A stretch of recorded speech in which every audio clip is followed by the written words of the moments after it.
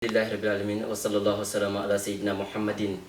wa ala alihi haqqa qadrihi wa miqdaari azim. Mbokk ñu di leen ziar di leen baalu àq di leen baal di leen ñaanal jàmm te di ko sàkku ci yéen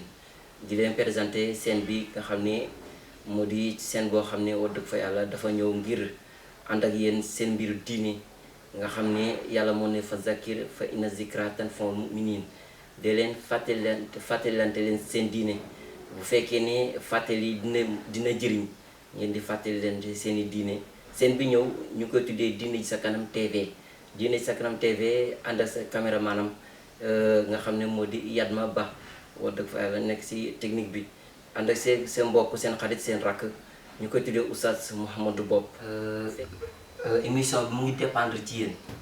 léegi képp koo xam ne danga am question boo xam ne danga ko bëgg a laaj léegi nag numéro WhatsApp baa ngi nii ci suuf. bu ko defee nag boo ñu ko envoyé rek ci kattan yàlla incha allah dinañ ci indi sa réponse bu neexee yàlla incha allah mbaa boog ci Facebook bi wala boog ci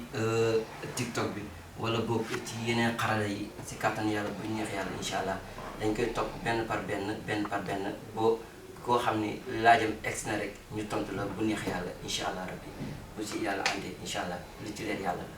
lu ci lëndëm ñàkk xam-xam ak ñàkk fasax la in uridu ila islam mastataatu wa ma tawfiqi illa billahi alayhi tawakkaltu wa ilayhi unib. Wasalaamu aleykum wa rahmatullahi wa barakatuh.